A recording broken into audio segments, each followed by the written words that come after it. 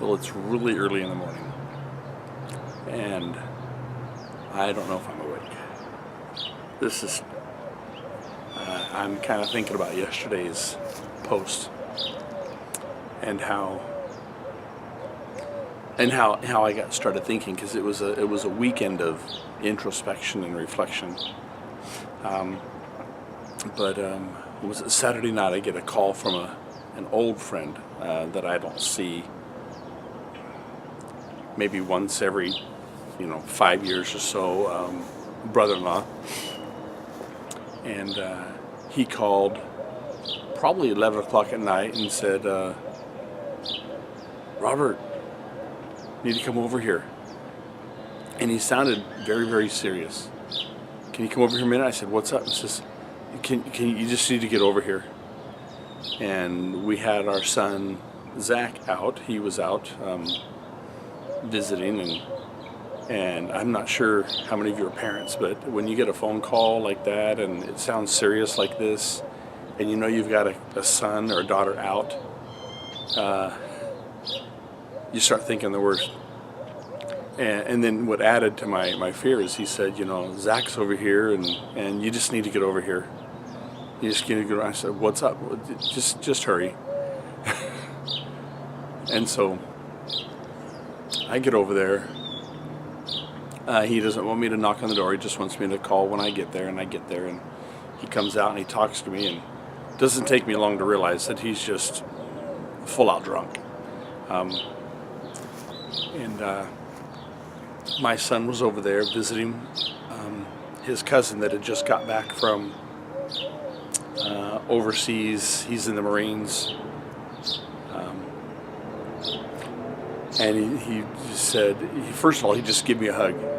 I mean, a big hug, and he was kind of, I think he's living with a lot of regret right now.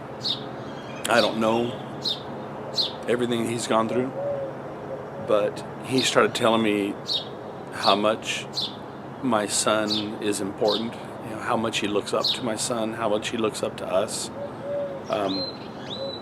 And like I said, I could tell he was drunk because he kept repeating himself many, many times, and basically said, I need to get in there. My son's about ready to do something stupid, and that I need to let my son know that I love him, and that I would do anything for him. And he was the whole time just saying, I wish I could have recorded that, but I wouldn't want it recorded anyway. But it made me feel like, okay, there's something urgent going on. But when I realized, he said, my son doesn't know how much I love him, how much I respect him. But all along, here, parental advice from someone who's,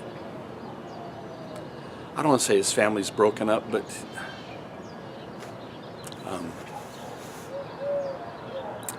I think we're doing okay. I think we're doing good with our family. But he made me think about some things, and I probably took it a little more serious than I needed to, but I'm glad I did, and I'm rambling. Thus, rambling teacher, yeah. But he called me in the backyard and said, son's, he needs to know you love him. He needs to know that you're not disappointed in him, and my wife and we try so hard. It's not hard. I take that back. We try to make sure that we always show our kids we love them. I go back there and I give my son a hug and ask what's going on. He's just as clueless too, and sure, they're all drinking. My son's not, and I see a bong out there on the table, and I know better. My son's not like, and even if he were, it would bother me, but I love him. So anyway, that whole night, I was there about an hour. The whole time he repeated 50 times, I need to let him know how much I love him, and how much it doesn't matter whatever he's done some things, we've all done some things that we just need to move on. And I was kind of like, okay, I'm watching a movie in a foreign language. It was just weird. I couldn't understand. Again, drunk people.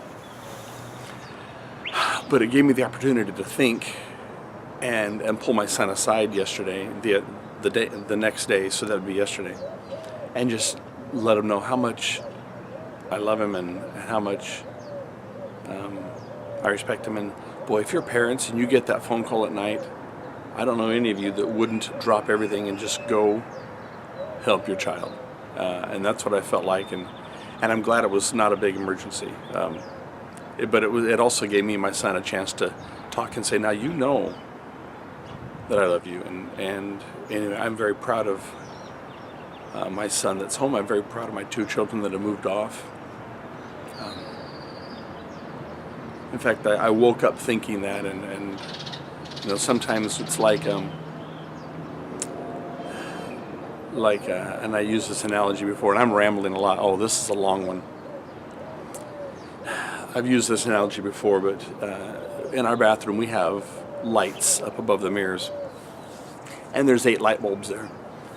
And when one burns out, you don't even notice it. You see it, but it's like, okay, this isn't any darker. And you know, another one will go out. You probably won't notice it till you've got more than half out. And then when you go to change them, you go, ooh, there's a lot more light in here. We tend to get that way. Sometimes we let our light bulbs die out. We think we need to tell someone something, and no, they know. But you don't know how far off you get if you let things go too long. Don't let things go too long. Always take a chance to look back, look forward, and change your light bulbs. You'll always be grateful for it. Okay? I could ramble for a whole nother 2 minutes, but this is a big one. Sorry. See you later.